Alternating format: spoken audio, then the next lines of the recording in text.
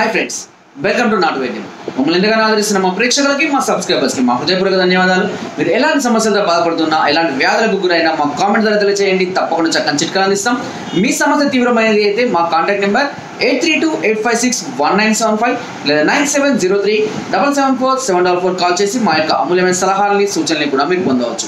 So friends, ఈరోజు చాలామంది కూడా అతి తక్కువ వయసులోనే హెయిర్ అంతా కూడా వైట్గా రావడం జరుగుతుంది. సో హార్మోన్స్ ఇన్బ్యాలెన్సింగ్ ప్రాబ్లం వల్ల, విటమిన్స్ లోపం వల్ల ఈ వైట్ హెయిర్ అనేది రావడం జరుగుతుంది. అతి తక్కువ వయసులో, అంటే సుమారుగా 12 నుంచి 20 సంవత్సరాల లోపు వాళ్ళకే ఈ వైట్ హెయిర్ అనేది రావడం జరుగుతుంది.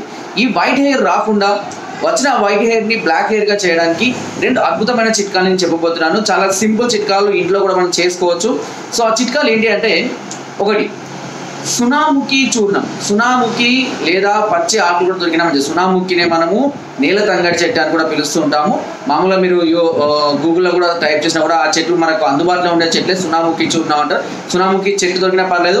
అదేవిధంగా మనకు అందుబాటులోనే ఉండేటువంటి గుంటగలగరాకు అనుకుంటున్నా కూడా మనకు చాలా తెలిసిపోతుంది. దగ్గరలోనే మనం చూస్తుంటాం, బట్ కొంతమందికి పేరు తెలియవచ్చు. లేదా గుంటగలగరాకు చూర్ణం అని కూడా మనకు ఆయుర్వేదిక్ షాప్లలో లభిస్తూ ఉంటుంది. సునాముఖి చూర్ణం కూడా లభిస్తుంది.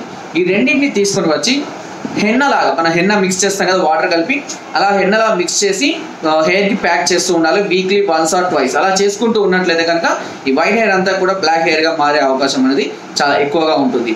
ఇంకొక అద్భుతమైన చిట్కా కూడా ఉంది. మేక కొమ్ములు, మామూలుగా మనకు మటన్ షాపులలో వాళ్ళని అడిగితే కూడా ఇస్తారు. మనకు మేక కొమ్ములు కాల్చి బూడిద చేయండి. ఈ బూడిదను కొబ్బరి నూనెలో కలిపి ప్రతిరోజు తలకు పట్టిస్తూ ఉండండి. ఉదయం రాత్రి కూడా తలకు పట్టించండి, తెల్లారి వేసినాక తలస్నానం చేయండి. ఇలా ప్రతిరోజు చేస్తుంటే కేవలం 1 నెల రోజుల్లోనే మీకు వైట్ హెయిర్ అంతా కూడా కంప్లీట్గా మళ్ళీ బ్లాక్ హెయిర్గా మారిపోతుంది.